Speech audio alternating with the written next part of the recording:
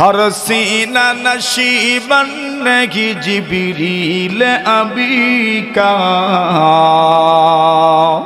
हर सीना नशीबन नहीं जिब्रील अबी का, हर फिक्र नहीं ताइर फिरदौस का सय्याद, हर फिक्र नहीं ताइर फिरदौस का सय्याद।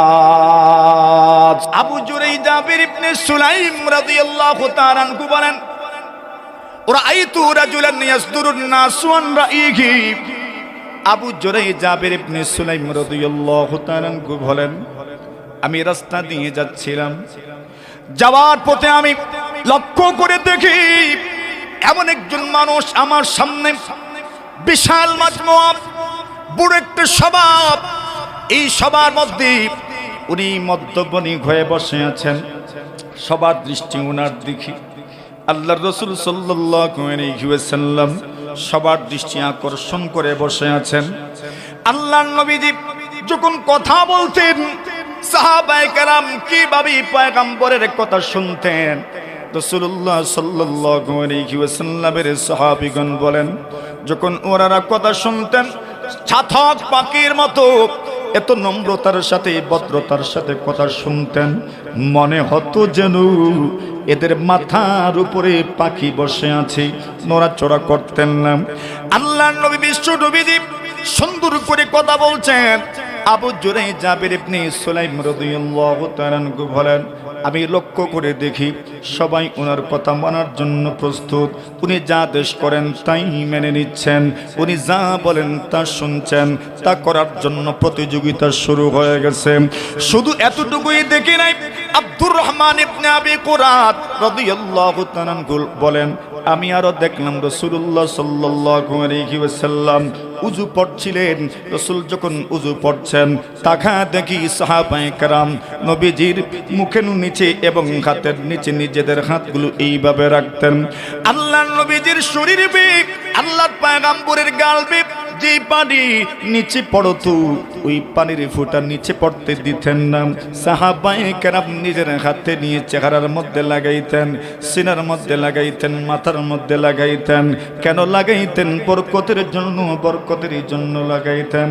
আল্লাহর নবীর সাহাবী হযরত রাসূলুল্লাহ সাল্লাল্লাহু আলাইহি ওয়াসাল্লামকে চিনতেন না, জানতেন না। রাসূলকে ইতিপূর্বে উনি দেখেন নাই, রাসূলের কথা উনি কত যে শুনেছেন, রাসূলের গুণমুগ্ধ উনি, রাসূলের কথা জীবনে অনেকবার শুনেছেন, না দেখেও পরিচিত। এমন কিছু মানুষ আল্লাহর জমিনে আছে না নাই? যেই মানুষগুলোকে আপনি চিনেন না, জানেন না, কোনোদিন দেখা হয় নাই, কিন্তু ওনার কর্ম তৎপরতা আপনি শুনেছেন, ওনার কর্মের পরে দিয়ে আপনি জানেন, ওনার তৎপরতা সম্পর্কে আপনার জানা আছে। এই জন্য দূর থেকে না দেখেও আপনি তাকে ভালোবাসেন, আপনি তাকে শ্রদ্ধা করেন, আপনি তাকে মহব্বত করেন। কিন্তু ওই লোকটার সঙ্গে সাক্ষাতের জন্য আপনি প্রত্যাশী থাকেন, মনের একটা আশা থাকে, ড্রিম থাকে, একটা স্বপ্ন থাকে। কোনোদিন যদি আল্লাহর ওই বান্দার সাথে আমার মোলাকাত হয়ে যায়, আমার সাক্ষাৎ হয়ে যায়, তবে নিজেকে ধন্য মনে করব। আল্লাহর রাসূল সাল্লাল্লাহু আলাইহি ওয়াসাল্লাম তো এমনই ছিলেন। উনি এমন ছিলেন, ওনাকে দেখার জন্য নবীজি সাল্লাল্লাহু আলাইহি ওয়াসাল্লামের উপর যারা ঈমান আনয়ন করেছে, এদের মনটা পাগল পারা ছিল। আরে ওই যুগের মানুষের মনটা তো পাগল পারা ছিল। এই জমিনে, এই দুনিয়াতেও এখন যারা আমরা বসবাস করি, রাসূলকে দেখতে পারবো না, কিন্তু এরপরেও রাসূলকে দেখার জন্য সদা সর্বদা আমরা উদ্গ্রীব থাকি। কথা বলেন ঠিক কিনা? কমপক্ষে আল্লাহর নবীজিকে যদি একবার স্বপ্নে দেখা যায়, এর জন্য তো প্রত্যাশী থাকি। কেন? রাসূলকে যদি একবার দেখে নিতে পারতাম, নিজের জীবনটা সৌভাগ্যপূর্ণ হয়ে যেত, নিজের জীবনটা এমন জীবন হয়ে যেত যেই জীবনের সাথে কোনো জীবনের তুলনা করা যায় না। আল্লাহর রাসূলের সাহাবী আবু জুরাই জাবির ইবনে সুলাইম বলেন, আমি রাস্তা দিয়ে যখন যাচ্ছিলাম, তাকায় দেখি একজন মানুষ সুন্দরভাবে কথা বলছেন, সবাই ওনার দিকে চেয়ে আছেন। উনি যা বলেন তা করার জন্য মানুষের মানসিকভাবে প্রস্তুত হয়ে পড়েন, যা আদেশ করেন তা মানার জন্য প্রস্তুত হয়ে যান। আল্লাহর বান্দার মনে হলো এত প্রভাবশালী একজন মানুষ, উনি যা বলেন তা করার জন্য সবাই হুমড়িকে পড়েন। নিশ্চয় প্রভাবশালী কোনো মানুষ হবেন, নিশ্চয় কর্তৃত্ব সম্পন্ন কোনো মানুষ হবেন, নিশ্চয় পাওয়ারফুল কোনো মানুষ হবেন। এমন মানুষকে যদি না চিনেন তবে পরিচয় জানার মন চায় কিনা? এই জন্য উনি প্রশ্ন এই করে বসলেন, রসুলকে চিনেন না, রসুলকে উনি জানেন না। প্রশ্ন করে বসলেন, মানহাদা, ওই লোকটাকে যদি একটু পরিচয় দিতেন। এত প্রভাবশালী মানুষ আমি আমার জীবনেও দেখি নাই, এত প্রভাবশালী মানুষ আমি আমার জীবনে সচক্ষে দেখি নাই, এত সুন্দর মানুষ আমি আমার জীবনেও দেখি নাই। যদি একটু পরিচয় দিতেন উনি কে? সাহাবায়ে কেরাম জবাব দিলেন, হাদা রাসূলুল্লাহ। ওনার পরিচয় হলো, আপনি ওনাকে চিনেন না, ওনার পরিচয় হলো উনি আল্লাহ তাআলার প্রেরিত রাসূল। সুবহানাল্লাহ। উনি তো মুহাম্মাদুর রাসূলুল্লাহ। আমার বারা ভাবারা, এই পৃথিবীর মধ্যে যদি আপনি আপনার স্বপ্ন পুরুষকে হঠাৎ করে যদি আপনি সামনে দেখতে পান, যার সাথে সাক্ষাতের কোনো আশাই ছিল না, এমন মানুষ যদি হঠাৎ করে আপনার সামনে চলে আসে, তবে আপনি তো কিংকর্তব্য বিমূঢ় হয়ে যাবেন, আপনি সারপ্রাইজড হয়ে যাবেন। ওই মানুষটার সঙ্গে সাক্ষাৎ করার জন্য কত স্বপ্ন আমি দেখেছি, আজকে না মেঘ না চাইতে বৃষ্টির মতো সামনে এসে পড়লাম। আপনি কি তাগিদ পাবেন, জ্ঞান শূন্য হয়ে পড়তে পারেন? আপনি কেমন ভাবে ওনাকে অভিবাদন জানাবেন? আপনার অনেক সময় এই ব্যাপারটাও আপনার কাছে বড় চিন্তার বিষয় হয়ে উঠতে পারে। আল্লাহর রাসূলের সাহাবী আবু জুরে জাবির ইবনে সুলাইম বলেন, আমি ওনাকে সালাম দিলাম, কিন্তু সালাম দেওয়ার ক্ষেত্রে একটা ভুল করে বসলাম। সালাম দেওয়ার সময় আমি বলেছি আলাইকাস সালাম। আমরা যখন সালাম দিই কেমনে দিই? আসসালামু শব্দ প্রথমে আমরা আনি, এরপরে আলাইকুম শব্দ বলি, আসসালামু আলাইকুম ওয়া রাহমাতুল্লাহি ওয়া বারাকাতুহু। এইভাবেই তো আমরা সালাম দেই। কিন্তু উনি সালাম দেওয়ার ক্ষেত্রে প্রথমেই বলেছেন আলাইকাস সালাম। আমরা জবাব দেওয়ার সময় যেমন ভাবে বলি ওয়া আলাইকুমুস সালাম, আলাইকা বা আলাইকুম শব্দকে আমরা প্রথমে উল্লেখ করি, এরপরে সালাম শব্দ আমরা উল্লেখ করি। এটাই তো জবাব দেওয়ার নীতি এবং তরিকার পন্থা। জুড়ে বলেন ঠিক কিনা? কিন্তু উনি যখন সালাম দিয়েছেন, সালাম দিতেই বলেছেন আলাইকাস সালাম। সালাম তো হয় না, নিয়ম মতো হয় নাই। রাসূলুল্লাহ সাল্লাল্লাহু আলাইহি ওয়াসাল্লাম এই জন্য জবাবও দেন নাই। সালামের জবাব না দেওয়াতে ওনার মনে হলো কি জানি রাসূল আমার উপর নারাজ মনে হয়, অসন্তুষ্ট মনে হয়, এই জন্য আমার সালামের জবাব দিলেন না। আল্লাহর রাসূল সাল্লাল্লাহু আলাইহি ওয়াসাল্লামের সাহাবী জাবির ইবনে সুলাইম বলেন, আমি আবার সালাম দিলাম আলাইকাস সালাম, তবে দ্বিতীয়বার সালাম দিয়েছি, প্রথমবার যেটা দিয়েছি ওইটাই আবার বলেছি। আল্লাহর নবীজি এইবারও জবাব দিলেন না। আমি আরো চিন্তিত হয়ে পড়লাম, প্রথমবার জবাব দেন নাই, ভাবছিলাম মনে হয় শুনতে পারেন নাই, এই জন্য জবাব দেন নাই। এইবার তো 2 নম্বর বারও বলেছি, কিন্তু উনি জবাব দিলেন না। তবে নিশ্চিতভাবে বলা যায় পয়গম্বর মনে হয় আমার উপর সন্তুষ্ট, এই জন্য তো জবাব দেন নাই। কিন্তু রাসূল সাল্লাল্লাহু আলাইহি ওয়াসাল্লাম আমাকে আশ্চর্যান্বিত করেন, নিজের থেকেই বলে ফেললেন, সাহাবীরে আমার, এরে আল্লাহর বান্দা শুনে রাখো, তুমি আমার সাথে প্রথম সাক্ষাৎ হয়েছে কিনা জানি না। উনি বলেন, রাসূলুল্লাহ জীবনের প্রথম সাক্ষাৎ আপনার সাথে আর কোনো দিন দেখি নাই, তবে দেখার জন্য উদ্গ্রীব ছিলাম, সদা সর্বদা আপনাকে দেখব এমন চিন্তা আমার মধ্যে ছিল, এমন চিন্তা লালন করেছি। আল্লাহর নবী গো, আমি আপনাকে সালাম দিলাম, কিন্তু সালামের জবাব দিলেন না। রাসূলুল্লাহ সাল্লাল্লাহু আলাইহি ওয়াসাল্লাম বলেন, তুমি যেইভাবে সালাম দিয়েছো এইভাবে সালাম দেয় না। আল্লাহ রাসূল বলেন, লা তাকুল আলাইকাস সালাম। ইমামে আবু দাউদ রাহিমাহুল্লাহু তাআলা বাবু মা জাআ ফি ইসবালিল ইজারের মধ্যে হাদিস বর্ণনা করেছেন। আল্লাহ রাসূল সাল্লাল্লাহু আলাইহি ওয়াসাল্লাম বলেন, লা তাকুল আলাইকাস সালাম। তুমি যখন কাউকে সালাম দিবা, আলাইকাস সালাম বলে তুমি সালাম দিবা না। ওয়াকুল আসসালামু আলাইক, তুমি বলবা আসসালামু আলাইক। আল্লাহর রাসূল বলেন, কেন তুমি যখন বলেছো আলাইকাস সালাম, এটা হয়ে গেছে তাহিয়াতুল মাইয়িত। মাইয়িতকে সালাম দিলে যেমন জবাব শোনা যায় না, তুমি আলাইকাস সালাম বলেছো, এরপরে জবাব দেওয়ার মতো আর কিছুই থাকে না। কেন? এটাই হচ্ছে সালামের জবাব। জুড়ে বলেন সুবহানাল্লাহ। প্রথম সাক্ষাতেই আল্লাহর নবী ওনার যে ভুল হয়েছে সেই ভুলের সংশোধন পয়গম্বর সংশোধন করে দিলেন। এইবার আল্লাহর নবীর সাহাবী আবু জুরাইজা ইবনে সুলাইম বলেন, আল্লাহর নবী গো, এই জীবনে আপনার সঙ্গে আজকে সাক্ষাৎ হলো, জানি না আর কোনোদিন সাক্ষাৎ হবে কিনা গো।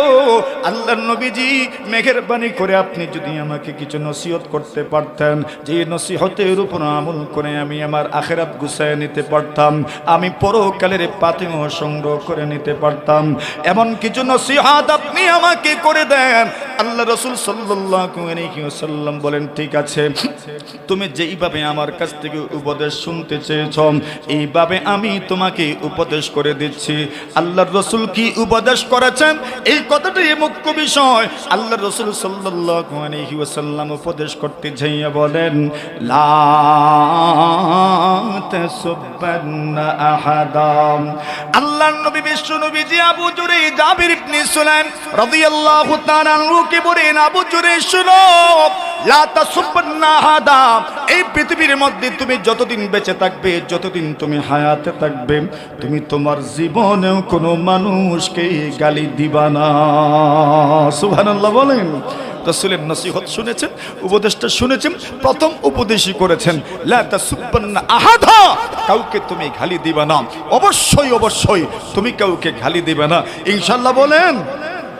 আর জোরে কোন, এটা তো আল্লাহর কাছে তৌফিক চাও, আল্লাহর কাছে তো তৌফিক চাইতে হয়, নতুবা তো অনেক আমল আমরা করতে চাই কিন্তু তৌফিক হয় না। আল্লাহর কাছে তৌফিক চাইলে তো আল্লাহ তৌফিক দিবেন। এখন ইনশাআল্লাহ বলেছি, আল্লাহ যেন আমাদেরকে তৌফিক দান করেন, আমিন বলেন। দেখেন, এটা ভদ্রতার ভিতরেও পড়ে না, সভ্যতার ভিতরেও পড়ে না, ওইটা সৌজন্যতার ভিতরেও পড়ে না। এখন বলছেন আমি তো গালি দিব না, রাসূল বলছেন তুমি কাউকে গালি দিবা না। দেখেন নবীর সাহাবী আমলের লাইনে এরা কোন উচ্চতায় পৌঁছেছিলেন। আবু জুরাইজা ইবনে সুলাইম রাদিয়াল্লাহু তাআলা আনহু বলেন, আল্লাহর রাসূল সাল্লাল্লাহু আলাইহি ওয়াসাল্লাম বলেছেন কাউকে গালি দিও না। ফামা সাবাবতু বা'দাহু হুররান ওয়ালা আবদ ওয়ালা শাতান ওয়ালা বাঈরাম।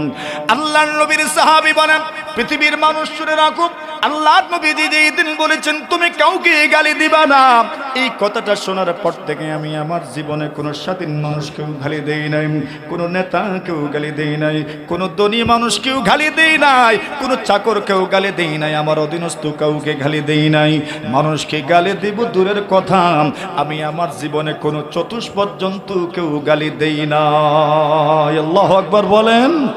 আমি আমার জীবনে কোনো চতুষ্পদ জন্তুকেও গালি দেই নাই। মনে মনে ভাববেন, এটা কি আমাদের পক্ষে সম্ভব?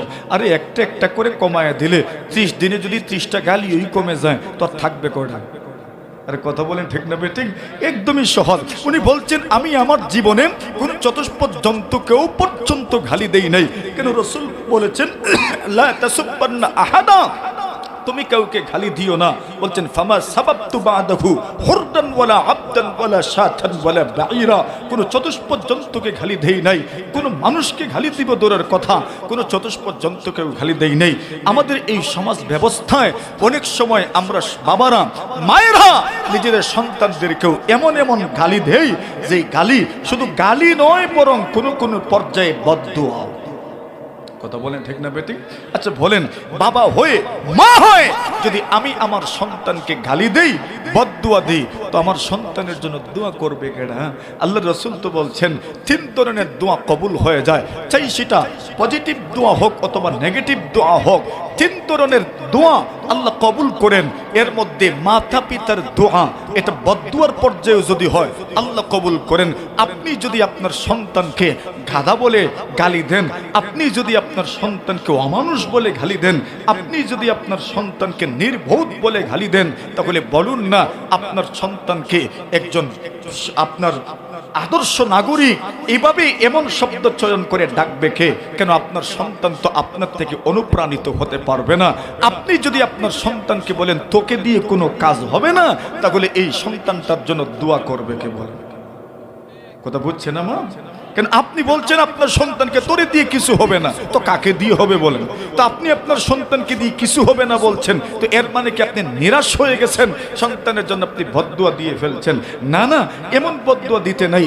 সন্তানকে বলতে থাকাম, বাবা তোমাকে দিয়ে হবে, চেষ্টা করতে থাকো, চেষ্টা চালায় যাও, তুমি বিভ্রান্ত হবে না, পথভ্রষ্ট হবে না, ব্যর্থ হবে না, আল্লাহ তোমার সহায় হবে।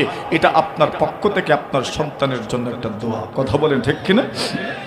আবু জুরাইজ জাবির ইবনে সুলাইম বলেন, রাসূলুল্লাহ সাল্লাল্লাহু আলাইহি ওয়াসাল্লাম আমাকে নসিহত করলেন, তুমি জীবনেও কাউকে গালি দিও না। আল্লাহর নবীর সাহাবী ইকরিমা ইবনে আবি জাহাল, আবু জাহেলের সন্তান ইকরিমা ইবনে আবি জাহাল। আবু জাহেল রাসূলুল্লাহ সাল্লাল্লাহু আলাইহি ওয়াসাল্লামের শত্রু এবং দুশমন, আল্লাহর দ্বীনের শত্রু এবং দুশমন। আল্লাহর দ্বীনের শত্রুতা করেই তো মারা গেল।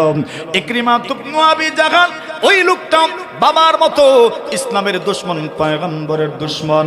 আল্লাহর রাসূল সাল্লাল্লাহু আলাইহি ওয়াসাল্লাম মক্কাতুল মুকাররমা যেদিন বিজয় হইল, মক্কা বিজয়ের দিন পয়গম্বর আলাইহিস সালাতু ওয়াস সালাম সবার জন্য মাফের ঘোষণা করলেন। সকলের সবগুলো গুনাহ মাফ করে দেওয়া হলো, সকলের সব অপরাধ আল্লাহর রাসূল মাফ করে দিলেন, নিরাপত্তা দিলেন। যে ব্যক্তি আবু সুফিয়ানের ঘরে প্রবেশ করবে তার জন্য নিরাপত্তার বিষয়টা ক্লিয়ার করলেন। কিন্তু কয়েকজন মানুষের ব্যাপারে বলা হলো ওই মানুষগুলোকে যেখানে পাওয়া যাবে সেখানেই হত্যা করা হবে, এদের জন্য কোনো নিরাপত্তা নাই। এদের মধ্যে একজন ছিলেন ইকরিমা ইবনে আবি জাহাল, যার ব্যাপারে পয়গম্বর ফাঁসির আদেশ দিয়েছেন, যেখানে পাও সেখানেই হত্যার আদেশ দিয়েছেন। ইকরিমার স্ত্রী মনে মনে ভাবলেন, স্বামীর বিরুদ্ধে তো গ্রেফতারি পরোয়ানা জারি হয়ে গেছে। স্বামী স্ত্রীকে বললেন, স্ত্রী আমার, আমি আর মক্কে থাকবো না, আমি চলে যাব দুনিয়ার অন্য কোনো স্থানে। স্ত্রী বলেন, স্বামী গো আমার, কোথায় যাবেন? যেখানেই যাবেন সেখানেই তো মুহাম্মদের অনুসারীরা আছে, আপনাকে যেখানেই পাবে সেখানেই কিন্তু আপনার বিরুদ্ধে অ্যাকশনে যাবেন। এই জন্য ভালো হবে এখানেই থাকেন, দেখা যাক কোনো ব্যবস্থা করা যায় কিনা। ইকরিমা বলেন, তুমি তোমার ব্যবস্থা করো, আমি আমার পথ দেখলাম, আমি আমার পথ চললাম, আমি আর মক্কায় থাকবো না। আল্লাহর বান্দে বলেন, আমি আপনাকে পূর্বে আগেই পরামর্শ দিচ্ছি, আপনি যেখানেই যাবেন কোথাও শান্তিতে আপনি থাকতে পারবেন না। আল্লাহর বান্দী স্বামীকে বিদায় দিলেন, আবার বিদায় দিয়ে আস্তে আস্তে রাসূলুল্লাহ সাল্লাল্লাহু আলাইহি ওয়াসাল্লামের খেদমতে চলে গেলেন। নবীজির খেদমতে যাওয়ার পরে এইবার রাসূলকে বলেন, মুহাম্মদ আপনি কি আমাকে চিনতে পেরেছেন? রাসূল বলেন, না না চিনতে পারি নাই, পরিচয় দাও। উনি পরিচয় দিলেন, আমি ইকরিমার স্ত্রী, আমি এসেছি আপনার কাছে। কেন এসেছো আমার কাছে? ইকরিমার স্ত্রী বলেন, আমি আপনার কাছে এসেছি, আপনি আমাকে উদ্দেশ্য করে কিছু বলতে চাইলে বলতে পারেন, আমি কি করব না করব আপনি আমাকে কিছু বলেন। আল্লাহর নবী বলেন, ইকরিমার স্ত্রী, আমি তোমাদেরকে ইতিপূর্বে যা বলেছি আজকেও তোমাদেরকে সেই কথার পুনরাবৃত্তি করছি, সেই কথাটাই তোমাদেরকে আবার বলছি। আল্লাহর রাসূল তাদের কাছে দ্বীনের দাওয়াত পৌঁছায় দিয়েছেন, ঈমানের দাওয়াত। রাসূল বলেন, তোমাদেরকে বলেছিলাম মুসলমান হয়ে যাও, আল্লাহকে এক বলে স্বীকার করে নাও, আমাকে রাসূল বলে স্বীকার করে নাও, সেই কথাটা আজকে আবার বলছি। আল্লাহর বান্দী বলেন, আমি যদি আল্লাহকে রব বলে মেনে নেই, আপনাকে যদি রাসূল বলে মেনে নেই, তবে কি আমি মুসলমান হয়ে যাব? আর কি কোনো কিছু করতে হবে না? আল্লাহর রাসূল বলেন, হ্যাঁ, এই দুইটা বিশ্বাসের মাধ্যমে তুমি মুসলমান হয়ে যাবে। আল্লাহর বান্দী বলেন, মুহাম্মদ আর দেরি করতে চাই না গো, এই মুহূর্তে আপনি আমাকে কালিমা পড়ায় দেন, মুসলমান হয়ে যেতে চাই। রাসূল পড়ায় দিলেন, আল্লাহর বান্দী পড়ে নিলেন, আশহাদু আল্লা ইলাহা ইল্লাল্লাহ ওয়া আশহাদু আন্না মুহাম্মাদার রাসূলুল্লাহ। আমি সাক্ষ্য দিলাম আল্লাহ ছাড়া কোনো মাবুদ নাই, আর সাক্ষ্য দিলাম মুহাম্মদ সাল্লাল্লাহু আলাইহি ওয়াসাল্লাম আল্লাহ তাআলার রাসূল। এইবার ইকরিমা স্ত্রী বলেন, ওগো রাসূল মুহাম্মদুর রাসূলুল্লাহ, ইয়া রাসূলুল্লাহ, ইয়া হাবিবাল্লাহ, আপনার সাহাবী আবু বকর, আপনার সাহাবী ওমর, আপনার আপনার সাহাবী উসমান, আপনার সাহাবী আলী, এদের মর্যাদা তো বেশি, কোনো সন্দেহ নাই। আমিও তো মুসলমান হয়ে গেলাম, আমিও আপনার মহিলা সাহাবীদের অন্তর্ভুক্ত হয়ে গেলাম। কিন্তু আমি নিজেও জানি আবু বকরের যে মর্যাদা, ওমরের যে মর্যাদা, আমার সেই মর্যাদা নয়, সেটা আমারও জানা আছে। কিন্তু আপনার কাছে জানতে চাই, আবু বকরের যে নাগরিক অধিকার, আমারও কি সেই নাগরিক অধিকার? সুবহানাল্লাহ বলেন। মানে নাগরিক অধিকারে কি আমরা দুজন সমান সমান? আল্লাহ রাসূল বললেন হ্যাঁ, নাগরিক অধিকারে দুজনই সমান। সুবহানাল্লাহ বলবেন না? বুঝছেন ইসলাম কিভাবে নাগরিক অধিকার নিশ্চিত করে? দুজনই সমান।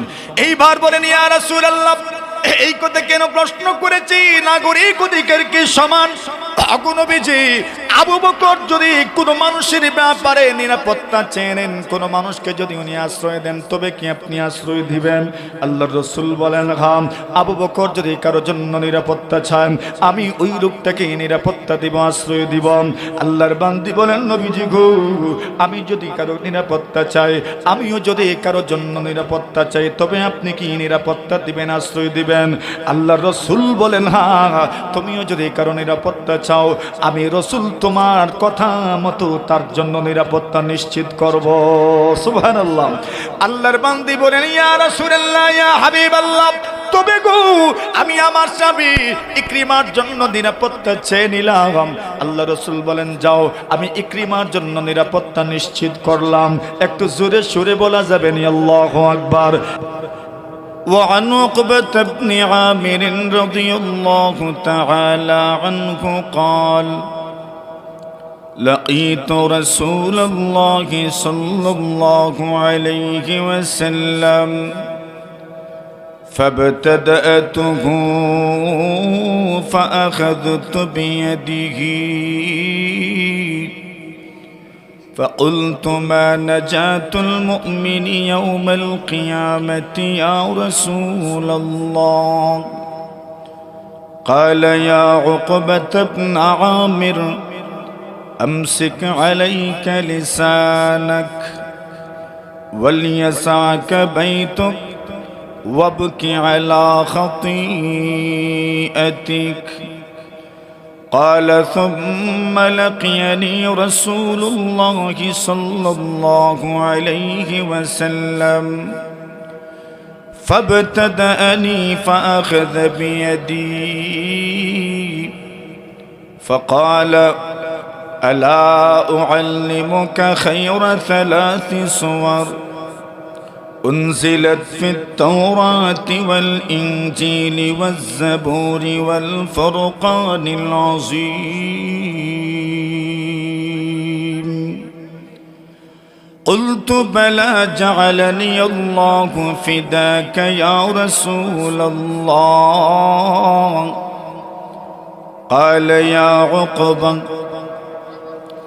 فقال عقبة بن عامر فأقرأني قل هو الله أحد وقل أعوذ برب الفلق وقل أعوذ برب الناس. قال يا عقبة لا تنساهن ولا تبت ليلة حتى تقرأهن. قال فما نسيتهن مذ قال لا تنساهن ولم أبت ليلة حتى أقرأهن. قال ثم لقيت رسول الله صلى الله عليه وسلم فابتدأته فأخذت بيده فقلت أخبرني بفواضل الأعمال. قال يا عقبة سل من قطعك وأعرض عمن ظلمك وأحسن إلى من أساء إليك أو كما قال عليه الصلاة والسلام.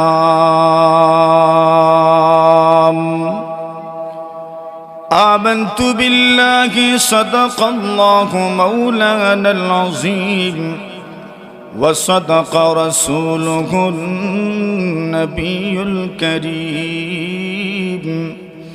ونحن على ذلك لمن الشاهدين والشاكرين والذاكرين والحمد لله رب العالمين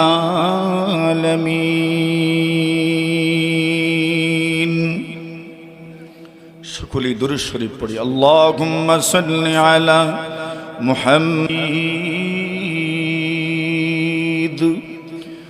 اللهم بارك على محمد وعلى آل محمد كما باركت على إبراهيم وعلى آل إبراهيم إنك حميد مجيد لا إله إلا الله لا إله إلا الله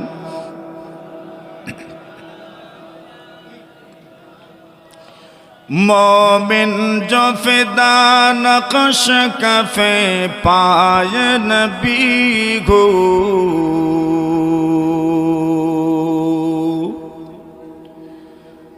मोमिन जो फिदा नक्श कफे पाय नबी गो हो ज़ेर कदम आज भी आलम का खजीना हो ज़ेर कदम आज भी आलम का खजीना गर सुन्नत नबवी की करे पैरवी उम्मत गर सुन्नत नबवी की करे पैरवी उम्मत तूफ़ान से निकल जाएगा फिर उसका सफीना तूफ़ान से निकल जाएगा फिर उसका सफीना ला इलाहा इल्लल्लाह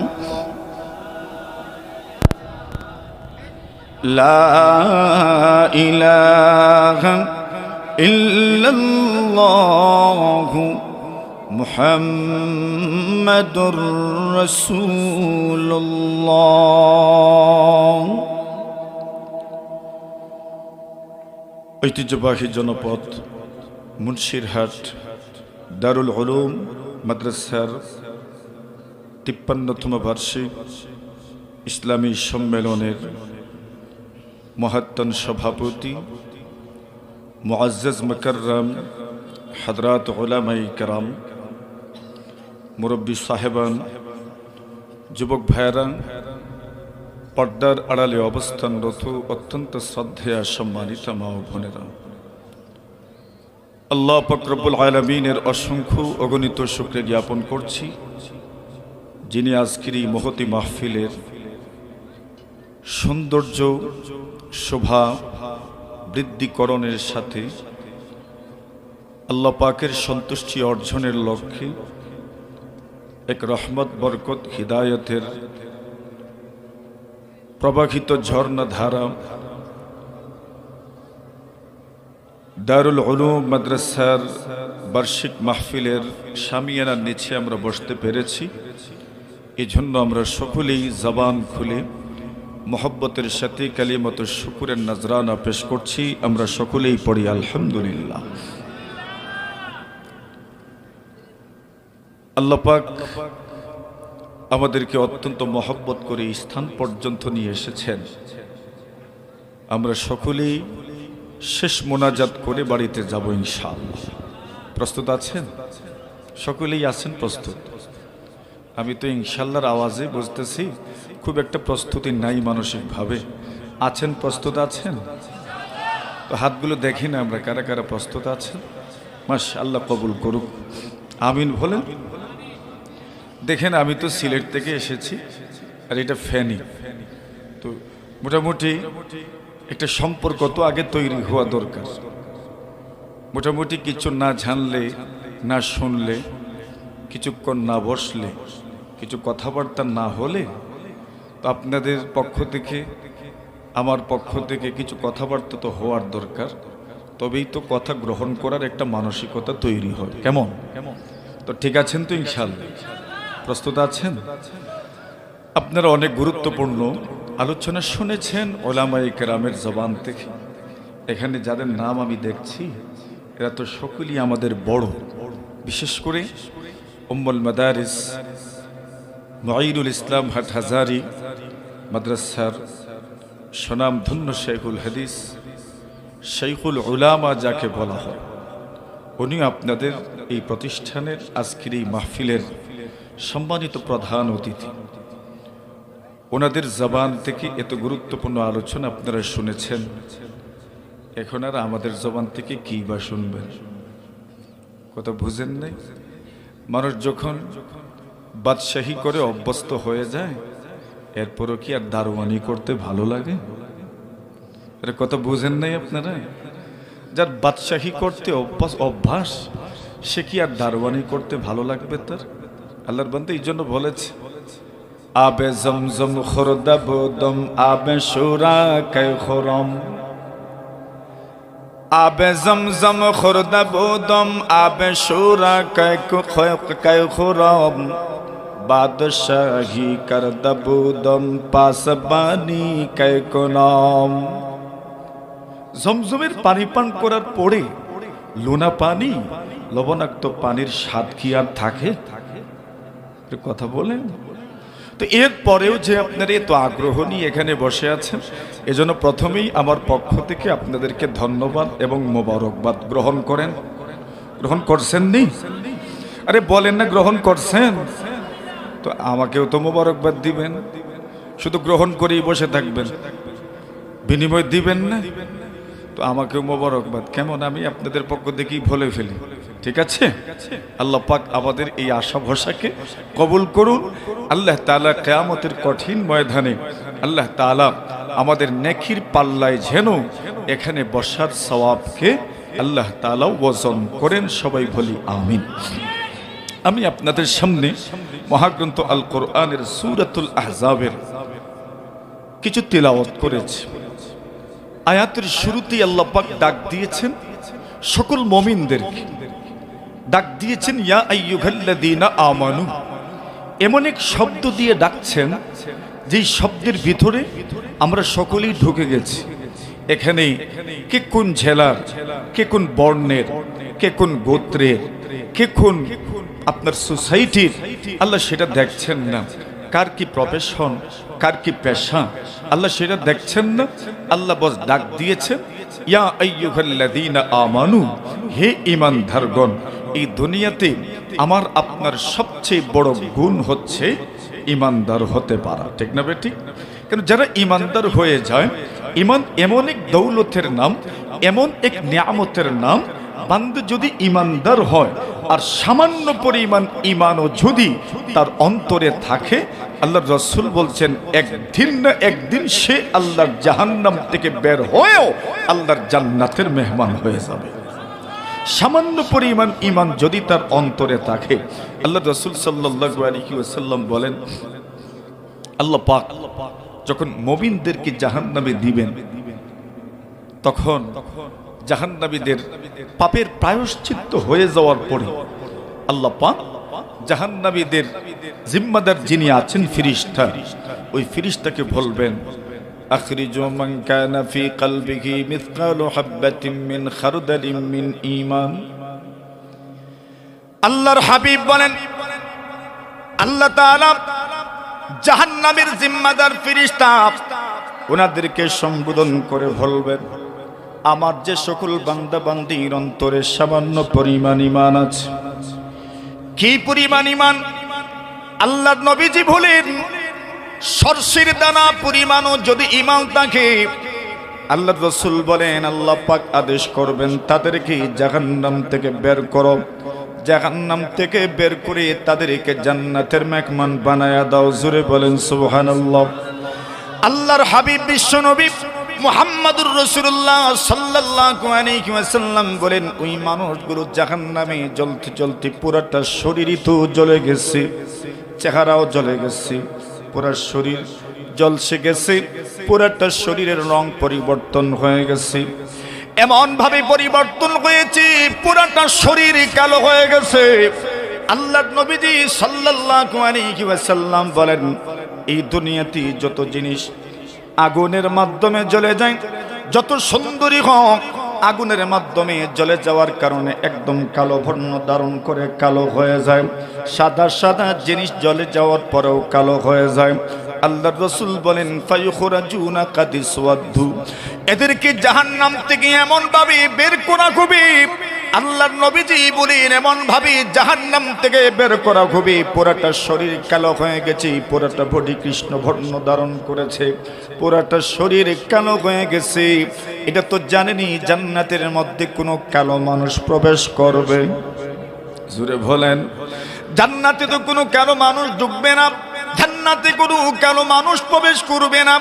আল্লাহ রাসূল সাল্লাল্লাহু আলাইহি ওয়াসাল্লাম বলেন, জান্নাতি মানুষ প্রথম যেই দল মানুষ জান্নাতের মধ্যে প্রবেশ করবে, রাসূল বলেন ওই মানুষগুলোর চেহারা কি পরিমাণ সুন্দর হবে। আল্লাহ রাসূল বলেন, চাঁদ যেমন সুন্দর, জান্নাতে প্রবেশকারী ওই দলের চেহারা চাঁদের চাইতেও আরো বেশি সুন্দর হয়ে যাবে। সুবহানাল্লাহ। আল্লাহর নবী বিশ্ব নবীজি বলেন, এরপরে ধারাবাহিক স্তর বাই স্তর আল্লাহ পাক আরো মানুষদেরকে জান্নাতে প্রবেশ করাবেন।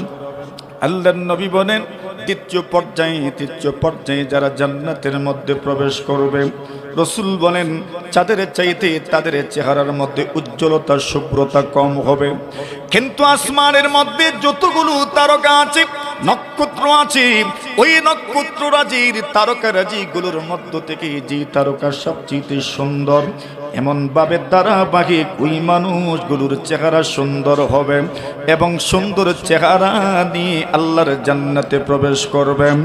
আল্লাহর বান্দাগুলোর চেহারা একদম কালো হয়ে গেছে, এমন চেহারার মানুষ তো জান্নাতে প্রবেশ করবে না। এত সুন্দর জান্নাত, এমন সুন্দর জান্নাতি কালো চেহারার মানুষ তো মানায় না, শুভ পায় না। আল্লাহর রাসূল সাল্লাল্লাহু আলাইহি ওয়াসাল্লাম বলেন, জান্নাত কেমন? রাসূলুল্লাহ সাল্লাল্লাহু আলাইহি ওয়াসাল্লাম বলেন, হিয়া ওয়া রাব্বিল কাবা নূরুন ইয়াতালালা।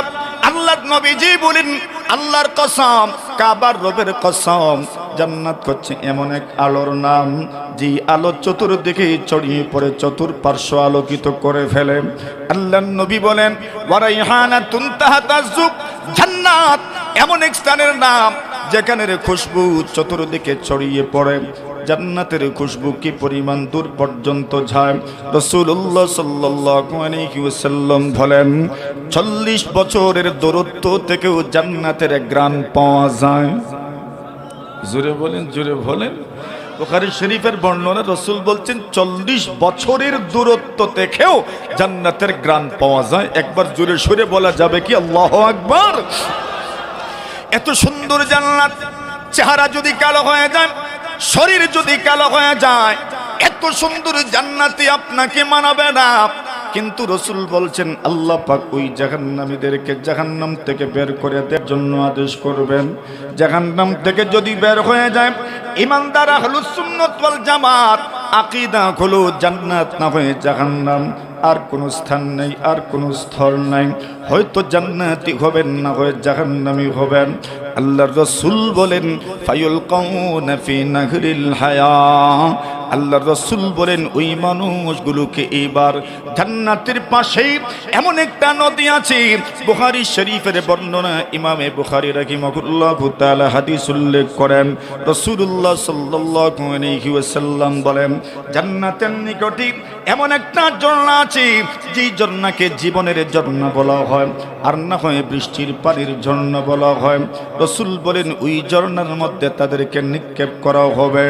যেই মাত্র ঝর্ণার মধ্যে, নদীর মধ্যে, পুকুরের মধ্যে ওই মানুষগুলোকে ডুব দেওয়ানো হবে।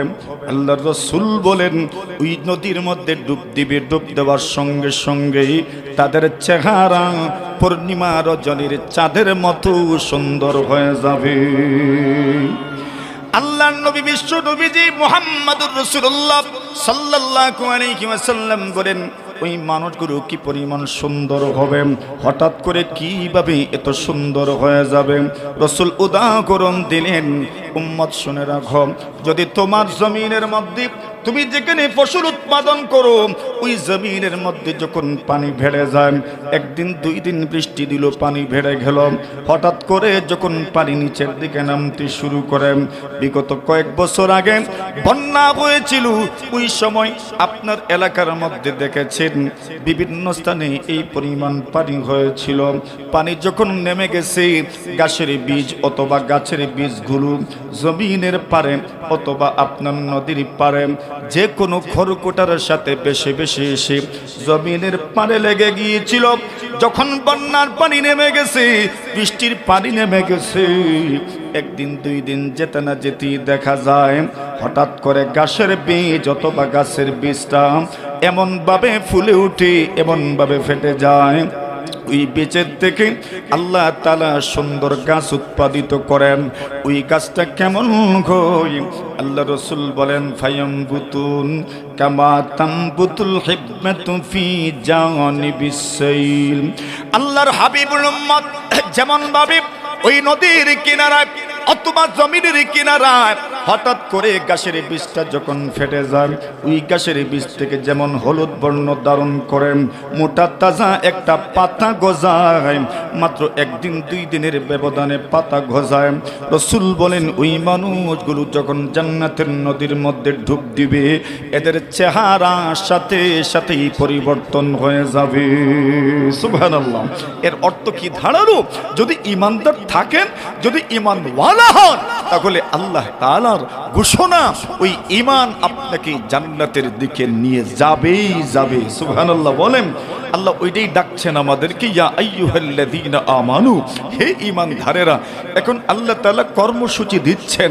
ঈমানদার ডাক দেওয়ার পরে এখন তো আর বলতে হয় না আমি মনোযোগ দিয়ে শুনবো, আপনি মনোযোগ দিয়ে শুনবেন, যেহেতু আমিও ঈমানদার, যেহেতু আপনিও ঈমানদার, তো ডাকটা তো আল্লাহ আমাকেই দিয়েছেন, সুতরাং আমাকে মনোযোগ দিয়ে শুনতে হবে। আল্লাহ কি বলতে চান?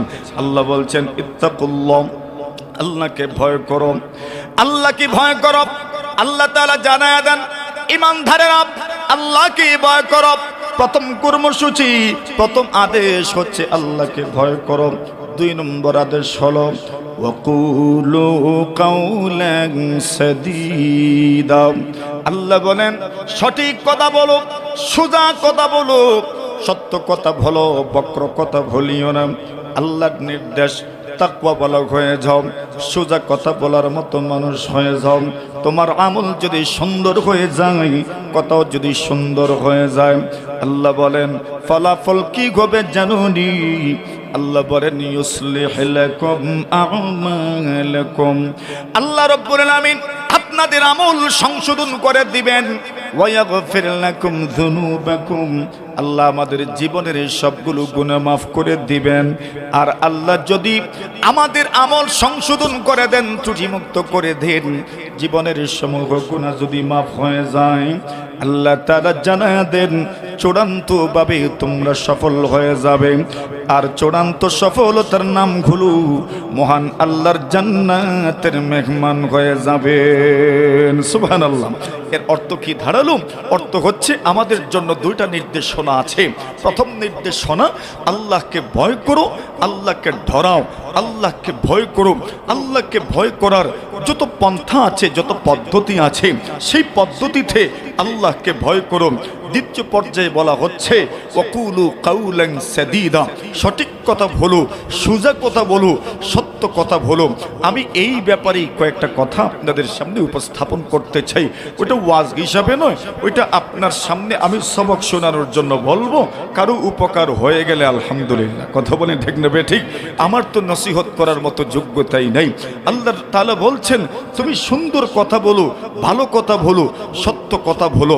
আচ্ছা বলেন, এই পয়েন্টে আমাদের দুর্বলতা আছে না? আছে না নাই? কথা যখন আমরা বলি, এমন কথাও তো মাঝে মধ্যে বলি যেই কথার কারণে কত মানুষের কত ক্ষতি হয়ে যাচ্ছে, এমন কথাও কি আমাদের মুখ থেকে বের হয় না? আমাদের মুখ থেকে বের হয়। এমন কথাও তো বের হয় যেই কথার কারণে কত মানুষ মনে কষ্ট পেয়ে যায়, কত মানুষের দিলে এমনভাবে কষ্ট দেওয়া হয়, আঘাত করা হয়। এর চাইতে বড় আঘাত দুনিয়াতে আর কেউ দিতে পারে না, ঠিক না বে ঠিক? আর কোনো মাধ্যমে এর চাইতে বড় আঘাত দেওয়া যায় না। আচ্ছা, ছোট্ট একটা কথা আপনাদেরকে শোনাই। মনে করেন আমরা অনেক সময় জীবন চলার পথে যখন রাগান্বিত হই তখন অনেক সময় অনেক মানুষকে গালি দিয়ে বসি। কথা বলেন, হয় না? গালি দেন না? আচ্ছা বলেন, গালিটা কি খুব ভালো একটা বিষয় না গুনাহের কাজ? বিশ্বাস আছে এই কথার উপর? এটা যে গুনাহ, কিন্তু বিশ্বাস থাকার পরেও আমাদের মুখ থেকে তো কত ধরনের গালি যে বের হয়, এটার কি হিসাব আছে? নেই, মানে বেহিসাব গালি আমাদের মুখ থেকে বের হয়ে যায়। আচ্ছা দেখেন, একজন মানুষ যখন গালি দেয় তখন তার অবস্থানটা কোন পর্যায়ে যায়, সে কোন পর্যায়ে আসে, এর একটা উদাহরণ আপনাদেরকে আমি বলছি। রাসূল আকরাম সাল্লাল্লাহু আলাইহি ওয়াসাল্লামের এক সাহাবী মারুর ইবনে সুয়াইদ রাদিয়াল্লাহু তাআলা আনহু বলেন, একদিন আমি রাসূল আকরাম সাল্লাল্লাহু আলাইহি ওয়াসাল্লামের সাহাবী আবু যর গিফারি রাদিয়াল্লাহু তাআলা আনহু, নাম তো শুনেছেন আবু যর গিফারি, শুধু নাম শুনেন নাই, উনার সম্পর্কে আরো কত কিছুই যে আপনাদের জানা আছে। আল্লাহর বান্দা এমন একজন সাহাবী ছিলেন যাকে বলা হয় সুফি মিজাজের সাহাবী। এমন এক মানুষ ছিলেন, দরবেশ প্রকৃতির মানুষ ছিলেন, পীর ওলি প্রকৃতির মানুষ ছিলেন। এমনিতেই তো নবীর সাহাবায়ে কেরামের চাইতে বড় কোনো ওলি নাই, বড় কোনো পীর নাই। আর এদের মধ্যেও আবু যর গিফারির শান, তার মর্যাদা, তার অভ্যাসটা ছিল অন্যরকম। এমন এক পর্যায়ের মানুষ ছিলেন, লোকজন ওনাকে দেখতেন আর বলতেন, আল্লাহর জমিনে এমন একজন মানুষ এসেছেন, যেই মানুষ দরবেশ মানুষ, পীর মানুষ, ওলি মানুষ, আল্লাহর এই বান্দা আবু যর গিফারি রাদিয়াল্লাহু তাআলা আনহু একদিন রাগান্বিত হয়ে ওনার গোলামকে, ওনার গোলাম যে দাস আছে, ওই দাসকে একটা গালি দিয়ে ফেলেছেন। কি গালি, ওইটাও আপনাদেরকে শোনাই। উনি যেই গোলামকে গালি দিয়েছেন, গোলাম তো আগের যুগের বেশিরভাগ গোলাম ছিলেন আফ্রিকার মানুষ, সুদানের মানুষ, এরা তো কৃষ্ণাঙ্গ, এরা তো কালো হয়। তো উনি গালি দিয়েছেন ইবনে সাউদা, কালো মহিলার ছেলে। কি বলছেন? ওইটা তো আপনাদের এলাকায় এটাকে কিভাবে প্রকাশ করে তা তো আমি জানি না, এজন্য আমি পুরোটাই তর্জমা অনুবাদ করলাম। ইবনে সাউদা, আরে ও কালো মহিলার ছেলে, অথবা বলেছেন ইবনে সাউরা, আরে ও বাদির ছেলে। কি বলছেন? আপনাদের দেশে কি বলে? ঠিকই আছে না? না, আঞ্চলিক একটা আছে তো, এটাই বলে বাঁদির ছেলে বলে। আচ্ছা যাক, তো ঠিকই আছে। এখন উনি এইভাবে গালি দিচ্ছেন বাঁদির ছেলে, এটা তো বাস্তবতা। অথবা বলেছেন কালো মহিলার ছেলে। আচ্ছা বলেন, কালো মানুষকে যদি কেউ কালো বলে তো তার মনটাকে খারাপ হয় না? কথা বলেন, যে মন খারাপ হয় না? মনটা ঝুট হয়ে যায়। আচ্ছা আমি কি কালো নিজে ইচ্ছা করে আল্লাহর কাছ থেকে চেয়ে আনছি যে আমাকে কালো হিসাবে আপনি দুনিয়াতে সৃষ্টি করেন? ওইটা আল্লাহ বানাইছে, আল্লাহ বানাইছে। আল্লাহর বান্দার মনে বড় কষ্ট হয়ে গেল। আমি একজন কালো মহিলার সন্তান, আমার মা কালো, কিন্তু আবু যর আমাকে কালো মহিলার ছেলে বলে ডাক দিলেন, অথবা রাগান্বিত হয়ে কালো মহিলার ছেলে বলে আমাকে গালি দিলেন, বান্দির ছেলে বললেন। আবু যর গিফারির ওই কথায় মনে বড় কষ্ট হয়ে গেল। আল্লাহর বান্দার দেরি করলেন না, সোজাসুজি চলে গেলেন সুপ্রিম কোর্টে, আদালতের দ্বারস্থ হয়ে গেলেন। আল্লাহ রাসূল সাল্লাল্লাহু আলাইহি ওয়াসাল্লামের কাছে গিয়ে বিচার প্রার্থী হয়ে গেলেন। সকলে তো জানেনই, রাসূলুল্লাহ সাল্লাল্লাহু আলাইহি ওয়াসাল্লামের আদালতে যদি কোনো বিচার দেওয়া হয়, রায় হবে সত্যের পক্ষে, কোনো সন্দেহ নাই। জুড়ে বলেন ঠিক কিনা? এজন্যই পৃথিবীর মধ্যে এত সুন্দর পরিবেশ তৈরি করে গিয়েছিলেন পৃথিবীর যারা ইতিহাস বিশ্লেষণ করেন, শুধু মুসলমান নয়, অমুসলিম যারা ইতিহাস বিশ্লেষণ করেছেন, যারা নিরপেক্ষভাবে ইতিহাস বিশ্লেষণ করেছে, অমুসলিম হওয়া সত্ত্বেও তারা বলতে বাধ্য হয়েছে মুহাম্মদুর রাসূল এই পৃথিবী পরিচালনার জন্য, পারিবারিক জীবন, সামাজিক জীবন, রাষ্ট্রীয় জীবন, আন্তর্জাতিক জীবন পরিচালনার জন্য যে আইন এবং কানুন, যেই দাস্তুর এবং নিয়ম নীতি পৃথিবীর মানুষের সামনে রেখে গেছেন, ওই দুনিয়ার সকল ইউরোপিয়ানরা বলতে বাধ্য হয়েছে, শুধু ওই যুগে নয়, আধুনিক ইউরোপ কিয়ামত পর্যন্ত যত পৃথিবীর মধ্যে মানুষের সমাগম হবে, বসবাস হবে, সারা পৃথিবীর মানুষ যদি মুহাম্মদুর রাসূলুল্লাহর বিচার ব্যবস্থা এবং আইনের ব্যাপারগুলো ফলো করে, সারা পৃথিবীর মধ্যে শান্তি প্রতিষ্ঠিত হয়ে যাবে। সুবহানাল্লাহ। ওইটা শুধু মুসলমানদের বক্তব্য নয়, যারা নিরপেক্ষ দৃষ্টিতে ইতিহাস বিশ্লেষণ করে সেই সকল অমুসলিমদের বক্তব্যটাও এরকমই। মুহাম্মদুর রাসূল যেই আদর্শ, যেই আইন, যেই নিয়ম নীতি, যেই বিধান, যেই সমাজনীতি, রাষ্ট্রনীতি আমাদের সামনে রেখে গেছেন, পৃথিবীর মানুষ যদি তা ফলো করে পুরো পৃথিবী ব্যাপী শান্তি প্রতিষ্ঠিত হয়ে যাবে। ঠিক কিনা? এটা তো আমাদের বিশ্বাস তো আছেই, অমুসলিমরা পর্যন্ত এটা স্বীকার করতে বাধ্য। আচ্ছা, আল্লাহর রাসূল সাল্লাল্লাহু আলাইহি ওয়াসাল্লামের আদালতে বিচার তাও কার বিরুদ্ধে? নবীজির এমন একজন সাহাবীর বিরুদ্ধে, যিনি একজন পীর মানুষ, দরবেশ প্রকৃতির মানুষ। আল্লাহর রাসূল সাল্লাল্লাহু আলাইহি ওয়াসাল্লামের সাহাবায়ে কেরামদের অন্তর এমনিতেই ছিল নির্মল, নিষ্কলুষ, অত্যন্ত শুভ্র আর স্বচ্ছ। সে সকল সাহাবীদের মধ্য থেকে যার আলাদা একটা শান ছিল, আবু যর গিফারির বিরুদ্ধে উনি নালিশ করেছেন, বিচার দিয়েছেন। আল্লাহর রাসূল আর দেরি করলেন না, আল্লাহর রাসূল সাথে সাথেই আবু যর গিফারিকে নবীজির খেদমতে ডাকালেন। আবু যর গিফারিকে নিয়ে আসো, বিচার করতে দেরি হবে না, এই মুহূর্তেই বিচার কার্য সম্পাদিত হবে। বাদীও উপস্থিত, বিবাদীও উপস্থিত আছেন, তো আর দেরি কিসের? কথা বলেন ঠিক না বেঠিক? দেরির তো আর কোনো প্রয়োজন নাই। তদুপরি বিবাদী যদি ওনার অভিযোগ সত্য স্বীকার করে নেন, তাহলে বিচার তো একদম সহজ হয়ে গেল। যেমন আমাদের গ্রামগঞ্জে সালিশ পঞ্চায়েতে অনেক সময় বিচার সহজেই হয়ে যায়।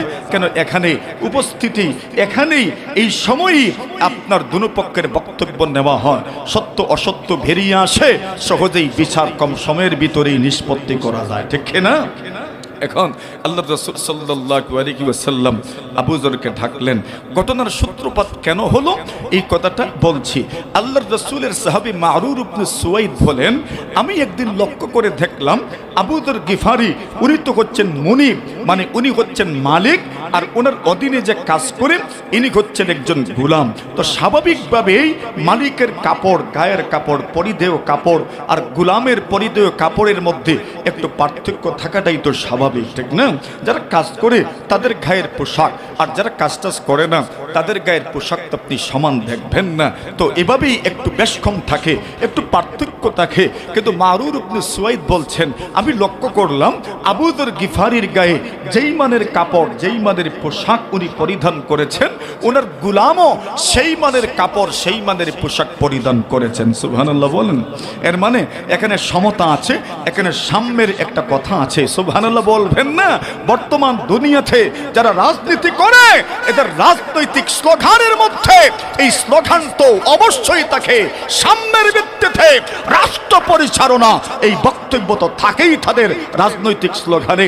আর এই স্লোগান মুহাম্মদুর রাসূল সাল্লাল্লাহু আলাইহি ওয়াসাল্লাম 1000 বছর আগে পৃথিবীর মানুষের কর্ণকুহরে পৌঁছে দিয়েছেন।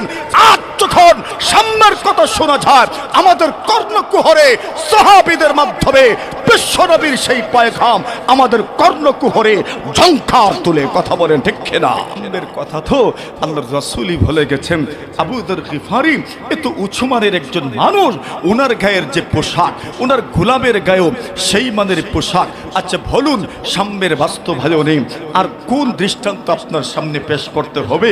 এই দৃষ্টান্ত তো নবী যুগের দৃষ্টান্ত, সেই দৃষ্টান্ত আপনি এই যুগে কোথাও খুঁজে পাবেন না। ঠিক কিনা? আপনি কি মনে করেন সেখানেই তো আপনি শান্তি খুঁজতে পারেন, সেই আদর্শেতেই আপনি শান্তি খুঁজতে পারেন? আবু যর গিফারি মারুর ইবনে সুওয়াইদ ভাবলেন, আচ্ছা গোলামের গায়ে যে পোশাক, মালিকের গায়েও সমান মানের পোশাক, নিশ্চয় এখানে কোনো রহস্য আছে। নেপথ্যের ঘটনাটা উদ্ঘাটন করা দরকার, রহস্য উদ্ঘাটন করা দরকার। উনি রহস্য উদ্ঘাটনে নেমেছেন। আবু যরকে জিজ্ঞাসা করলেন, কি ব্যাপার স্যাপার, আপনার গায়ের পোশাক আর গোলামের গায়ের পোশাক দুইটাই জোড়া তো সমানই দেখছি যে। উনি বলেন, এর পিছনে কারণ আছে। কারণটা কি? নিজেই বর্ণনা করছেন, ইন্নী সাবাবতু রাজুলা, আমি এক ব্যক্তিকে গালি দিয়েছিলাম। কি করেছিলাম? কথা বলেন, কষ্ট হইতেছে আপনাদের? হ্যাঁ, আসেন তো আমার সাথে, একটু কথা বলিয়েন আমার সাথে। আচ্ছা, উনি বলছেন এমনি সাবাব তো রাজুলা, আমি একজনকে গালি দিয়েছি, হতে পারে ওই গোলামকেই গালি দিয়েছেন, এটাই তো বোঝা যাচ্ছে গোলামকে গালি দিয়েছেন। গোলাম আল্লাহ রসুলের কাছে বিচার দায়ের করলেন। আল্লাহ রসুল আমাকে ঢাকলেন, জিজ্ঞাসা করলেন, আবু যর তুমি কি ওনাকে গালি দিয়েছো? উনি বলেন, জি ইয়া রাসূলুল্লাহ, আমি তো মুখ দিয়ে এই কথা বলে ফেলেছি। সুবহানাল্লাহ, কালকে কইবেন না, থাক থাক, কালকে কইবেন না। জোরে বলেন, জোরে বলেন, জোরে বলেন। ক্ষতি হবে না ইনশাল্লাহ, ক্ষতি হবে না, এটাই লাভ, এটাই লাভ। সুবহানাল্লাহ বলবেন, এটার মধ্যেই লাভ। আল্লাহর তিরমিজি শরীফের রিওয়ায়াত, আল্লাহর রাসূল বলছেন সুবহানাল্লাহ নিসফুল মিজান। কোন মানুষ যদি সুবহানাল্লাহ পড়ে, তার নেকির পাল্লার অর্ধেকটা ভরে যায়। এখন দি বড় জোরেই বললেন, লাভ শুনছেন যে? আচ্ছা, এরপরে বলছেন তো অর্ধেকটা ভরলেই চলবে না পুরোটা ভরার দরকার? আচ্ছা, নেকির পাল্লাটা কত বড় হবে? আল্লাহ রসুল মুহাম্মদুর রাসূলুল্লাহ বলেন, দাউদ আলাইহিস সালাতু ওয়াস সালাম উনি একদিন স্বপ্নে দেখলেন আল্লাহ পাক ওনাকে নেকির পাল্লা দেখাচ্ছেন। তো হযরত দাউদ আল্লাহ তাআলার কাছে আরজ করলেন, আল্লাহ পাক আপনার মিজান কেমন হবে, আপনার ইনসাফের মানদণ্ড কেমন হবে, আপনার ন্যায়ের মানদণ্ড কেমন হবে, যদি একটু আমাকে দেখাতেন। আল্লাহর রাসূল দাউদ বলেন, আল্লাহ পাক আমাকে দেখালেন, আমি ইনসাফের মানদণ্ড দেখলাম। কত বড় দেখেছি? দাউদ আলাইহিস সালাতু ওয়াস সালাম বলেন, আমি লক্ষ্য করলাম ইনসাফের মানদণ্ডের এক একটা পাল্লা, পাল্লা বুঝেন তো, এক একটা পাল্লা 7 আসমান 7 জমিনের চেয়েও আরো বড়। এখন একটা পাল্লা যদি এত বড় হয়, আল্লাহ রাসূল বলছেন সুবহানাল্লাহ নিসফুল মিজান, কেউ যদি সুবহানাল্লাহ পড়ে, এত বিশাল পাল্লার অর্ধেকটা ভরে যায়। বাস অর্ধেকটা ভরলেই আমরা খুশি তো, পুরোটাই ভরতো। আল্লাহ রাসূল বলছেন ওয়ালহামদুলিল্লাহি মিলউ, আল্লাহ রাসূল বলছেন কেউ যদি আলহামদুলিল্লাহ পড়ে, তাহলে তার পুরাটা পাল্লা ভরে যায়। জোরে জোরে বলেন, জোরে বলেন, জোরে বলেন, জোরে বলেন, মাশাআল্লাহ। আচ্ছা, আর আমি আপনাদেরকে কষ্ট দিব না, এখন নিজের জিম্মায় বলিয়েন। আল্লাহ রাসূল সাল্লাল্লাহু আলাইহি ওয়াসাল্লামের সাহাবী আবু যর গিফারি রাদিয়াল্লাহু তাআলা আনহু বলেন, জি ইয়া রাসূলুল্লাহ, আমি তো তাকে এইভাবে বলে ফেলেছি। আচ্ছা বলেন, আপনারা বুঝে থাকলে উনি যে বলছেন কালো মহিলার ছেলে অথবা বাদীর ছেলে, এটা কি আমরা যত ধরনের গালি জানি এই তুলনায় গালি হইছে? কি তা কোন আপনারা গালি হয়েছে? এটা তো কোনো গালি হয়েছে না। আমাদের যত অভিজ্ঞতা আছে গালি সম্পর্কে, ঠিক না বেঠিক, এ তো জানা আছে আমাদের, এই তুলনায় তো এটা কোনো গালিই না। কিন্তু উনি স্বীকার করে নিয়েছেন, জি ইয়া রাসূলুল্লাহ, আমি তো এমন বলেছি। আল্লাহর রাসূল সাল্লাল্লাহু আলাইহি ওয়াসাল্লাম তখন উনাকে একটা ধমক দিয়েছেন স্মরণ রাখার মতো। আল্লাহর রাসূল বলছেন, ইন্নাকা মুরউন ফিকা জাহিলিয়া, আরে আবু যর তুমি তো এমন এক মানুষ যার মধ্যে এখনো মূর্খতা বর্বরতা রয়েছে। নাউজুবিল্লাহ বলে একটা গালি দেবাকে রাসূল কি হিসাবে আমাদের সামনে উপস্থাপন করছেন? মূর্খতা, এটা বর্বরতা, এটা অজ্ঞতা। তুমি গালি দিয়েছো, তুমি মূর্খতা করেছো, তুমি গালি দিয়েছো, তোমার থেকে বর্বরতা প্রকাশ পেয়েছে, তুমি গালি দিয়েছো, তোমার থেকে অজ্ঞতা প্রকাশ পেয়েছে। এবার বলেন না, ওই ছোট্ট একটা গালি দেওয়া, এটা তো জবান থেকে বের হয়, এই গালির কি পরিমাণ ভয়াবহতা কিছুটা অনুমান করতে পেরেছেন? আচ্ছা আসলে এই কথাটা আপনাদেরকে আরেকটা হাদিসের মাধ্যমে আমি বুঝাই, কষ্ট হচ্ছে না তো? হ্যাঁ, তিতা ওয়াজ হচ্ছে যে একটু একটু তিতা তিতা হচ্ছে না? আচ্ছা যাক, আলহামদুলিল্লাহ, তিতা তো মাঝে মধ্যে ভালোই হয়। এখন আরেকটা হাদিস আপনাদেরকে শোনাই। আবু জুরাই জাবির ইবনে সুলাইম রাদিয়াল্লাহু তাআলা আনহু বলেন, নবী আকরাম সাল্লাল্লাহু আলাইহি ওয়াসাল্লামের সাহাবী আবু জুরাই জাবির ইবনে সুলাইম বলেন, রাআইতু রাজুলান ইয়াসদুরুন নাসু আন রাইহি, আল্লাহ রাসূল সাল্লাল্লাহু আলাইহি ওয়াসাল্লামের সাহাবী এই কথা বলে নিরাপত্তা রাসূল নিশ্চিত করলেন। ইকরিমার স্ত্রী নিরাপত্তা পেয়ে যাওয়ার পরে এই ভার স্বামীকে খোঁজার জন্য বের হলেন। উনি তো জানেন স্বামী বলছেন চলে যাবেন দুনিয়ার অন্য কোনো অঞ্চলে, এই অঞ্চলে থাকলে মুহাম্মদ ওনাকে ফাঁসির কাস্টে ঝুলাবেন, এই জন্য এই দেশে থাকবেন না, চলে যাবেন অন্য কোথাও। যাবেন কেমনি? আরব ভূখণ্ড তো এমন একটা ভূখণ্ড, শুধু ইরাকের দিকের পাশটা হচ্ছে সমতল মরুভূমি, কোনো জলবাগ নাই, বাকি তিনটা দিক থেকেই তো জল দ্বারা বেষ্টিত। কোন দিকে যাবেন? যেথাই যাবেন অবশ্যই সামুদ্রিক জাহাজের মাধ্যমে সফর করে সমুদ্র পার হতে হবে। আল্লাহর বান্দে ভাবলেন উনি তো স্থলপথে যাবেন না, সমুদ্র পার হওয়ার জন্য সমুদ্র বন্দরে যাবেন। সমুদ্র বন্দরের দিকেই রওনা হলেন। হঠাৎ করে লক্ষ্য করে দেখেন আমার স্বামী জাহাজের মধ্যে উঠতেছেন, পিছন থেকে ডাক দিলেন, স্বামী গো থেমে যাও, নেমে যাও। তব স্বামী গো থেমে যান, নেমে যান। স্বামী ইকরিমা চিন্তায় পড়ে গেলেন, কে রে পিছন থেকে ডাকে? স্বামী বলে ডাকছে, কে রে ডাকে? আল্লাহর বান্দা পিছনে ঘুরলেন, পিছনে ঘুরে দেখেন আমার স্ত্রী তো আমাকে ডাকছে। ইকরিমা বলেন আমি নেমে আসলাম জাহাজ থেকে। নেমে আসার পরে এইবার বলেন স্ত্রী বলেন, স্বামী আমার যেতে হবে না, আপনাকে হিজরত করতে হবে না, পলায়ন করতে হবে না, এই শহরেই আপনি থাকেন। কেন জানেন নি গো? আমি আপনার জন্য রাসূলের কাছ থেকে নিরাপত্তা নিশ্চিত করে এসেছি। সুবহানাল্লাহ। মাঝে মধ্যে স্ত্রীরাও কাজে আসে। আর কতক্ষণ ঠিক না বেটি? এদেরকেও ক্রেডিট দিয়েন মাঝে মাঝে, এরাও কিন্তু অনেক সময় কাজে আসে। ইকরিমার স্ত্রী অনেক বুদ্ধিমতী ছিলেন, চালাক ছিলেন, উনি নিরাপত্তা নিয়ে এসেছেন। ইকরিমার স্ত্রী বলেন, তুমি আমার জন্য নিরাপত্তা কিভাবে নিশ্চিত করলে? আল্লাহর বান্দি বলে, স্বামী আমার ওই কথা জিজ্ঞাসা করার দরকার নাই, আমি আপনার জন্য নিরাপত্তা কিভাবে নিশ্চিত করেছি? আমি মুহাম্মদের কাছে গিয়েছিলাম, আপনার জন্য নিরাপত্তা ভিক্ষা চেয়েছি, দিয়ে দিয়েছেন। এবার ইকরিমা বলেন, তুমি মুহাম্মদের কাছে গিয়েছো, মুহাম্মদ তোমাকে কিছু বলেন নাই? যে না, কিছুই তো বলেন নাই। আমার জন্য নিরাপত্তা চেয়েছো, উনি নিরাপত্তা দিয়ে দিলেন। কেমনে কি বিষয় তো বুঝে আসে না। উনি বলেন এত কিছু বুঝার দরকার নাই, চলেন আমার সাথে কোথায় যাব? আল্লাহর বান্দে বলেন, চলেন এই মুহূর্তে মুহাম্মদের খেদমতে চলে যাই। সুবহানাল্লাহ। আল্লাহর বান্দা ইকরিমা বলেন, স্ত্রী আমার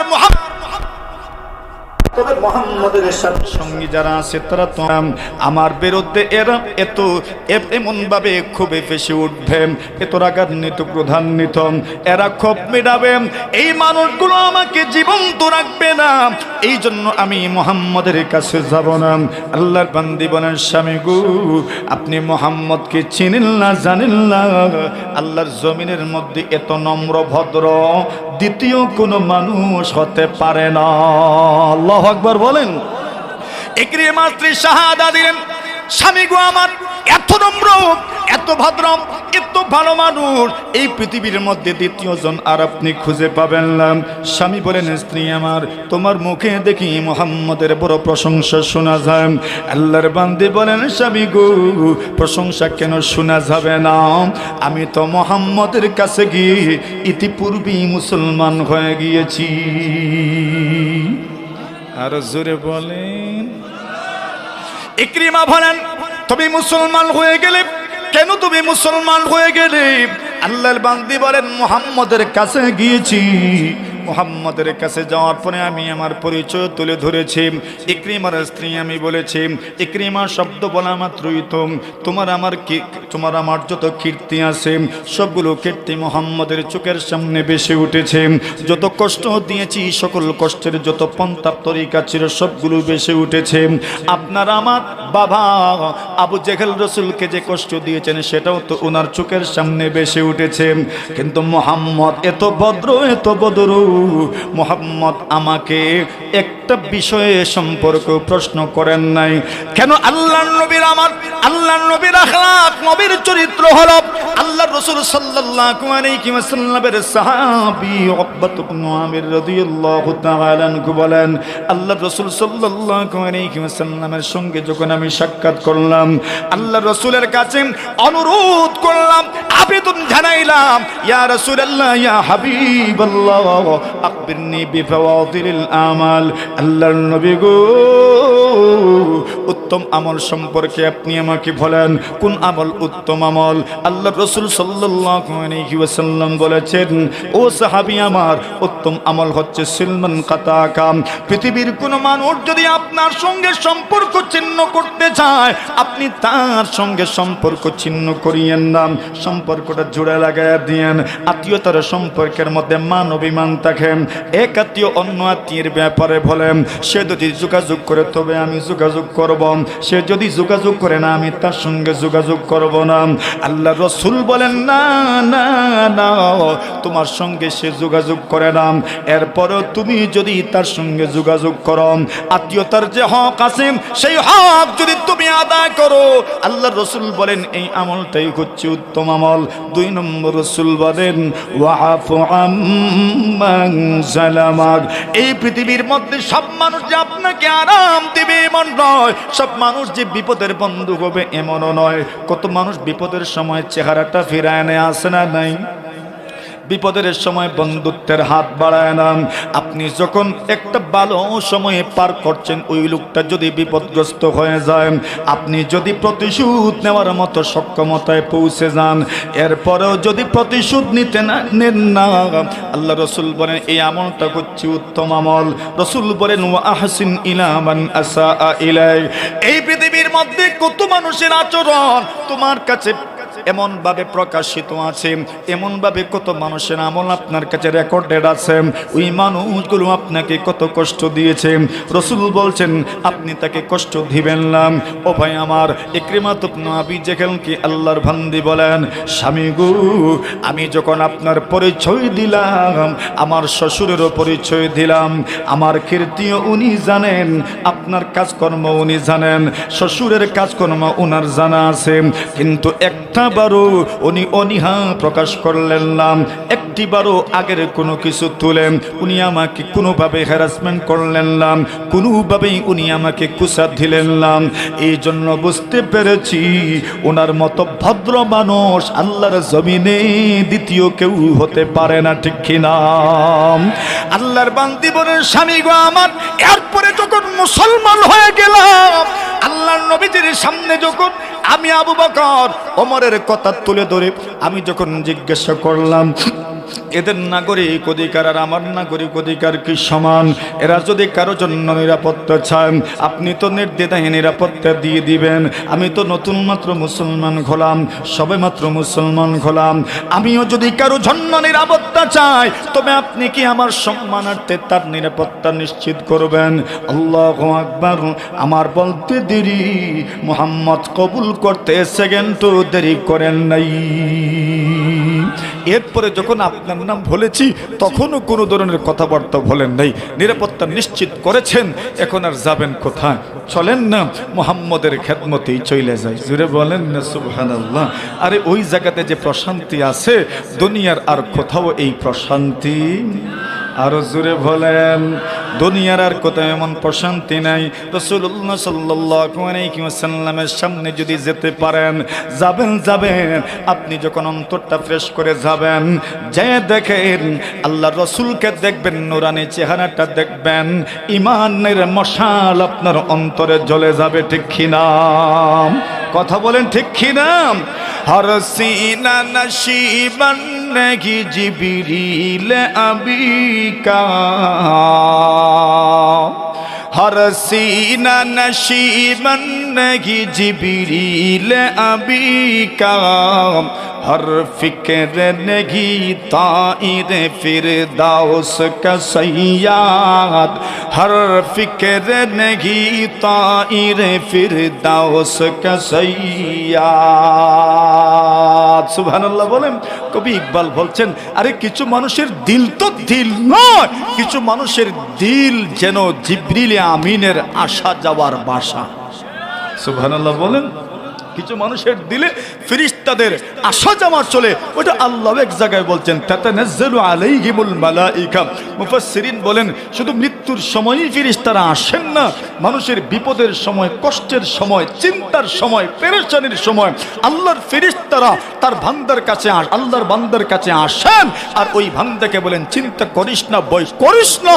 দেখবেন অনেক চিন্তিত ছিলেন, অনেক ভীত সন্ত্রস্ত ছিলেন, কিন্তু ফেরেশতা আসছেন আপনার কাছে আর আয়েশা বলছেন চিন্তা করিস না, ভয় করিস না। দেখবেন হঠাৎ করে চিন্তা আর ভয় উদাও হয়ে যায়। কথা বলেন ঠিক না বেটি? এটা তো আল্লাহর পক্ষ থেকে দান। जो दुनिया फितरत से नहीं लायक परवाज, जो दुनिया फितरत से नहीं लायक परवाज, उर्स मुस्मरग के बेचारा का अंजाम के उफ्तार, उस मुर्ग के बेचारा का अंजाम के उफ्तार। अल्लाह अकबर বলেন। ওইটা মুমিনের অন্তর, তো মুমিনের অন্তরে এগুলো আসবেই, এগুলো আসতে থাকবেই। আল্লাহর বান্দি বলেন চলেন না মুহাম্মদের কাছে যাই। উনি বলেন ঠিক আছে চলো, তুমি যখন বলছো না যেয়ে তো পারিও না, স্থির কথা কি আর সব সময় উড়িয়ে দেওয়া যায়? কথা বলেন, মাঝে মধ্যে তো মেনেই নিতে হয়, ঠিক না? এখন এই জায়গাতেও তো এত কিছু করলেন, তো মেনে তো নিতে হবে। আচ্ছা চলো, তুমি যেটা ভালো মনে করো। উনি আগে আর উনি পিছে। আল্লাহর রাসূল দূর থেকে দেখছেন ইকরিমা আসছেন। সুবহানাল্লাহ বলেন, ঠিক না? এটা সুবহানাল্লাহ বলেন।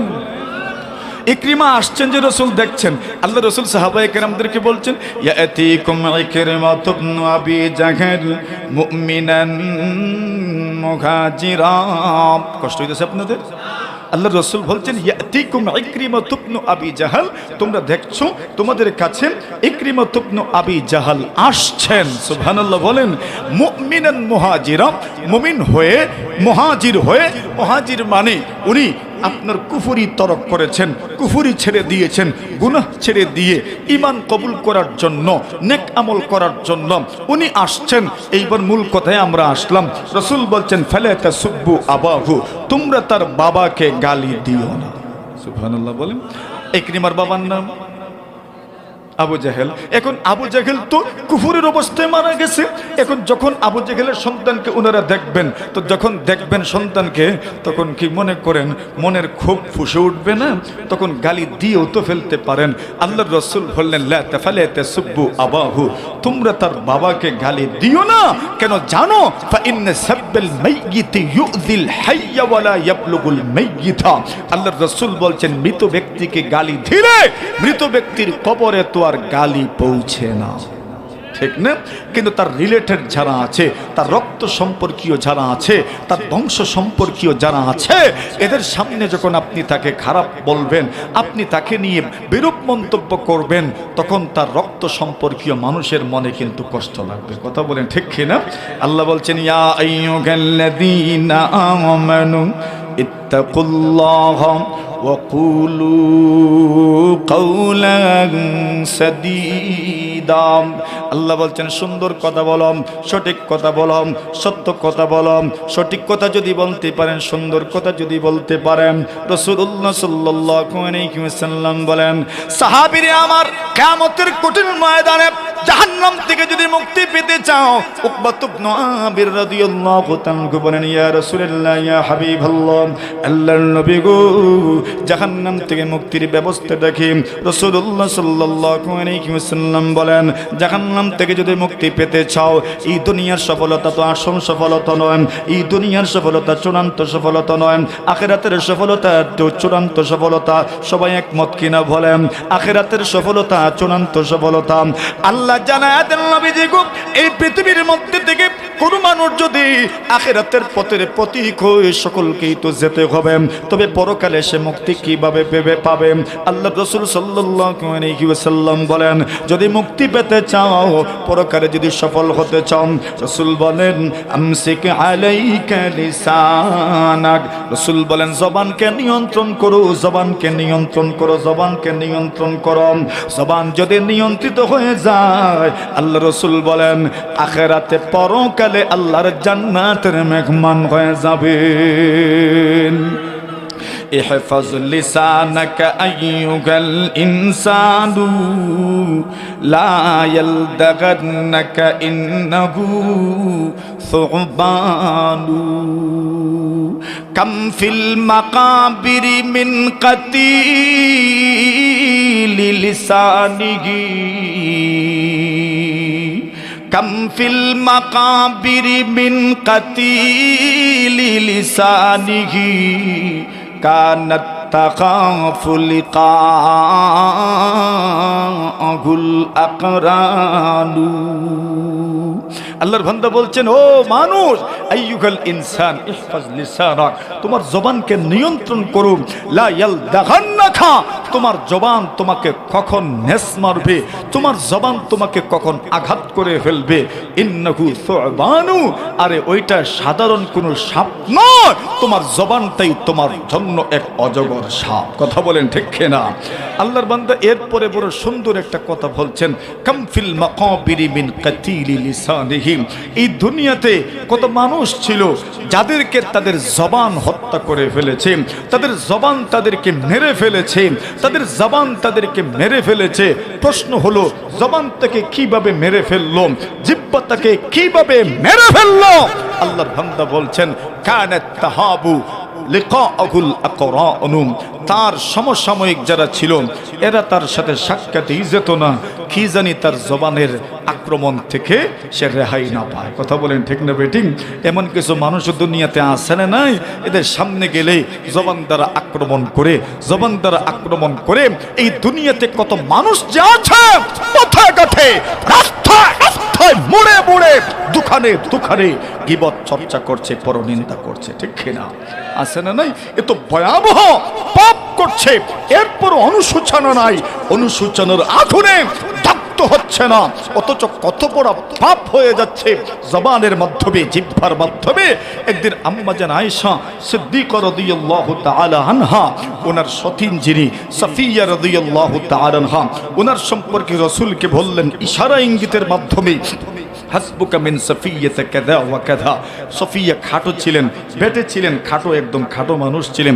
আল্লাহর রাসূলের স্ত্রী আম্মা জান ওনার সমালোচনা করছেন, রাগ উঠে গেছে আর বলছেন সাফিয়া বেটে, সাফিয়া খাটো মানুষ।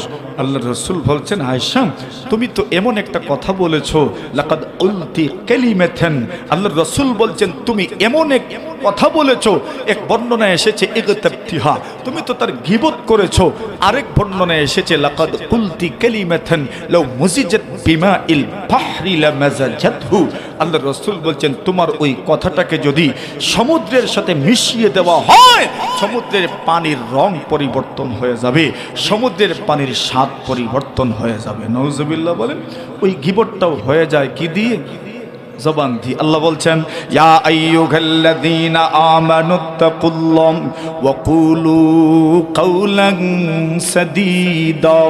ফলাফল কি পাবেন? আল্লাহ বলেন, ইউসলিহ লাকুম আ'মালাকুম, আল্লাহ আপনাদের আমল ত্রুটি মুক্ত করে দিবেন। ওয়া ইয়াগফির লাকুম যুনুবাকুম, আল্লাহ জীবনের সব গুনাহ মাফ করে দিবেন। আওয়াজে বোঝা গেছে জাউনের টাইম হয়ে গেছে যে, আরো জোরে সুরে। এখন আল্লাহ বলছেন দুই আমল, ইত্তাকুল্লাহ, আল্লাহকে ভয় করো। এরপর বলছেন ওয়াকুলু কাউলান সাদীদা, তুমি সুন্দর কথা বলো, তুমি খারাপ কথা বলিও না, মিথ্যা কথা বলো না, অসত্যের ধারে কাছেও যেও না, তুমি বক্রতা পূর্ণ কোনো কথা বলো না, বরং সোজা কথা বলো, বক্রতা মুক্ত কথা বলো। আল্লাহর রাসূলকে আল্লাহ জানায়া দিচ্ছেন ফলাফল কি? আল্লাহ আমলকে সংশোধন করে দিবেন। এই দুনিয়ার সবার সংশোধনের প্রয়োজন আছে না নাই? জোরে বলে, আছে না নাই? তো আমার সংশোধনের প্রয়োজন, আপনারও সংশোধনের প্রয়োজন। তবে সংশোধনের ক্ষেত্রে যারা সংশোধন করবেন তাদের জন্য উচিত হলো সংশোধন যেভাবে করলে সংশোধন হয় এইভাবেই করা। আল্লাহর রাসূলের কাছে কেউ আসলেন আর বললেন, ইয়া রাসূলুল্লাহ আমাকে কিছু নসিহত করেন। রাসূল বলেন, লা তাগদাম, গুসা করিস না। এরপরে বললেন, আবার বললেন কিছু নসিহত করেন, বললেন গুসা করিও না। আবার বলেন কিছু নসিহত করেন, রাসূল বলেন গুসা করিও না। দেখছেন, গুসা না করতে বলেছেন, গুসা না করতে বলেছেন, রাগ না করতে বলেছেন। এই দুনিয়াতে কত মানুষ তার সংসার ভেঙে ফেলে রাগান্বিত হই। আরে কথা কন না, ঠিক না বেটি? আর এরপরে যখন হুশে ফিরে আসে তখন কত ধরনের কথা বানায়। আরে কথা কোন, ঠিক না বেটি? তাহলে জবানকে নিয়ন্ত্রণ করো, আল্লাহ আমল সংশোধন করে দিবেন, গুনাহ মাফ করে দিবেন। আর যার আমল সংশোধন হয়ে গেল, যার গুনাহ মাফ হয়ে গেল, তার ফলাফলটা কি? আল্লাহ বলছেন ওয়ামাইয়ুতি আল্লাহ ওয়া রাসূলা, যে ব্যক্তি আল্লাহ তাআলার ফরমাবরদার হয়ে যাবে, আল্লাহ তাআলার আনুগত্য স্বীকার করবে, রাসূলের ফরমাবরদার হয়ে যাবে, আল্লাহ বলছেন ওই ব্যক্তির জন্য আল্লাহ রেখেছেন চূড়ান্ত সফলতা। ফাকাদ ফাযা ফাওজান আযীমা, আল ফাওজুল আযীম দুখুলুহুল জান্নাহ, আল্লাহর বান্দা জান্নাতের চিরস্থায়ী মেহমান হয়ে যাবে। জবান নিয়ন্ত্রণ করতে পারবো তো ইনশাআল্লাহ? আল্লাহ পাক আমাদেরকে তৌফিক দান করুন। সবাই বলি আমিন। কথা আর দীর্ঘায়িত করছি না।